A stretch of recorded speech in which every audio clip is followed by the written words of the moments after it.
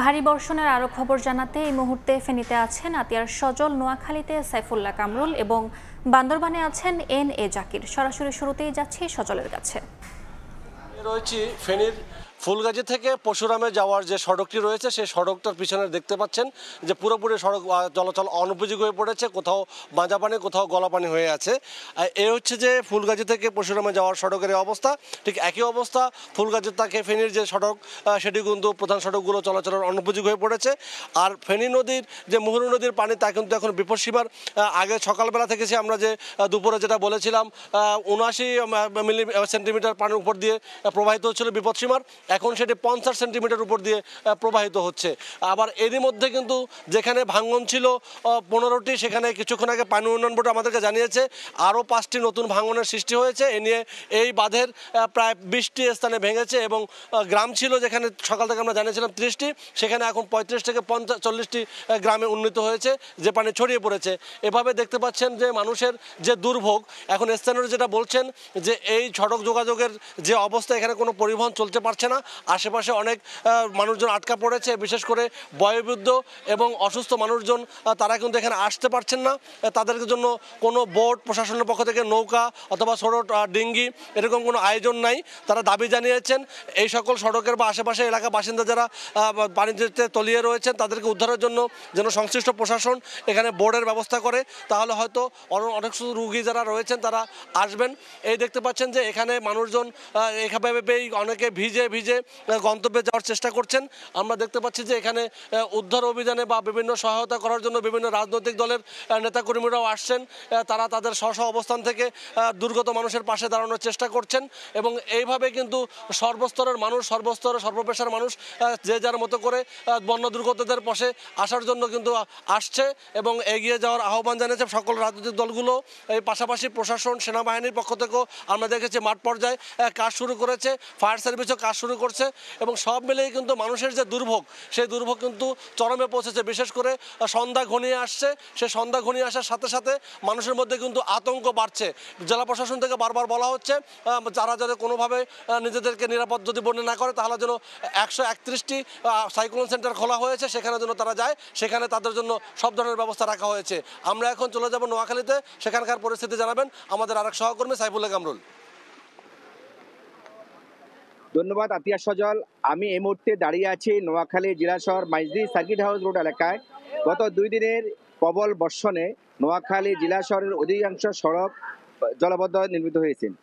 নোয়াখালী জেলা আবহাওয়া অফিস সূত্রে জানা গিয়েছে যে নোয়াখালীতে গত 24 ঘন্টা প্রায় 223 মিলিমিটার বৃষ্টিপাত হয়েছে। এছাড়া পানি উন্নয়ন বোর্ড জানিয়েছেন যে তারা গত 24 ঘন্টা 27 সেন্টিমিটার পানির উচ্চতা মেপেছে, যা বিপদসীমার প্রায় 4 মিটার নিচে রয়েছে। আজ সকাল 11টায় নোয়াখালী জেলা প্রশাসকের নেতৃত্বে নোয়াখালী জেলা প্রশাসকের কার্যালয়ে দুর্যোগ ব্যবস্থাপনার একটি সভা অনুষ্ঠিত হয়। সেই সভায় জেলার বিভিন্ন দপ্তরকে সতর্ক করা হয়েছে যে এই বন্যা পরিস্থিতি নিয়ন্ত্রণের জন্য তারা সর্বোত্তমভাবে প্রস্তুতি গ্রহণ করবে। নোয়াখালীর যে পানি উন্নয়ন বোর্ডের নির্বাহী প্রকৌশলী হালিম সালেহীন আমাদেরকে জানিয়েছেন নোয়াখালীতে প্রায় 200-র অধিক বিভিন্ন দপ্তরের খাল রয়েছে। এই খালগুলো অবৈধ দখলদারদের দখলে থাকার কারণে এখানে পানি নিষ্কাশনের সমস্যা হচ্ছে। গতবারের ভয়াবহ বন্যা থেকেও এই এই এই খালগুলো দখলদারদের হাত থেকে উচ্ছেদ করা সম্ভব না হওয়ার কারণে এবারে সামান্য বৃষ্টিতে আবার এসে জলবদ্ধতা সৃষ্টি হয়েছে। নোয়াখালীর এই জলবদ্ধতা নিরসন করতে হলে এই খালগুলোকে দখলদারদের মুক্ত করতে হবে এবং নোয়াখালীর যে পৌরসভাগুলো আছে, নোয়াখালী পৌরসভা, চৌমনি পৌরসভা, বসুরহাট পৌরসভা, কবিরহাট পৌরসভা, এই পৌরসভার যে খালগুলো ড্রেনেজ ব্যবস্থাগুলো আছে সেই ড্রেনগুলো নিয়মিত পরিষ্কার করা হয়নি। এছাড়া বিভিন্ন জায়গায় ড্রেনের উপরে অবৈধ দখলদাররা দোকানপাট নির্মাণ করে সেখানে পানির জলবদ্ধতা সৃষ্টি করেছে। এই জলবদ্ধতা নিরসন করার জন্য মূলত সমন্বিত একটি প্রচেষ্টা দরকার, যেটি জেলা প্রশাসন বলতেছেন যে সেটা অচিরেই একটি অ্যাকশন প্ল্যানে যাবে। এই ছিল নোয়াখালী জেলা শহর মাইজদি থেকে আমার কাছে সর্বশেষ তথ্য।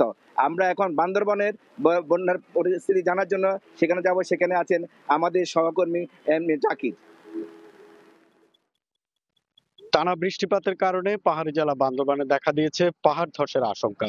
গত রোববার থেকে থেমে থেমে আজ বুধবার পর্যন্ত কিন্তু এই বৃষ্টিপাত অব্যাহত রয়েছে। এর ফলে ঝুঁকিপূর্ণ অবস্থায় রয়েছে জেলা শহরের বেশ কয়েকটি এলাকা সহ বিভিন্ন উপজেলার প্রায় লক্ষাধিক পাহাড়ে বসবাসকারী বাসিন্দারা। মূলত তারা বৃষ্টিপাতের কারণে কোথাও কিন্তু আসলে যেতেও পারছে না। এই কারণে তারা নিজেদের বসতবাড়িতে অবস্থান করছে এবং বৃষ্টির সময় যে ঘটনাটি আসলে এই পাহাড়ি এলাকায় ঘটে সেটি হচ্ছে বৃষ্টিপাতের কারণে পাহাড়ের মাটি নরম হয়ে পাহাড় ধসে পড়ে। এভাবে কিন্তু বিভিন্ন সময় হতাহতের ঘটনাও ঘটে। তো গত কয়েকদিন ধরে টানা বৃষ্টিপাতের কারণে কিন্তু পাহাড় ধসের সংখ্যা দিন দিন বাড়ছে।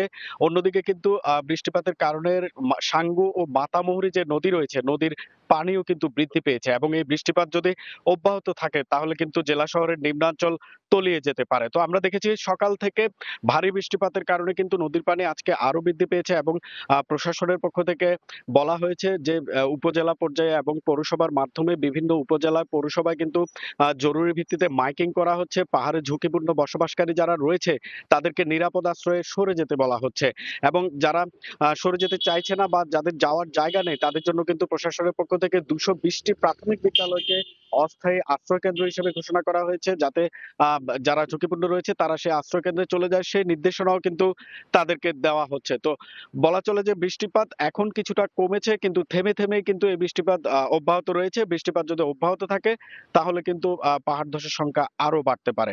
তো এই ছিল আমার কাছে বান্দরবানের পাহাড় ধস নিয়ে সবশেষ খবর। সরাসরি যুক্ত ছিলাম বান্দরবান, নোয়াখালী এবং ফেনী থেকে।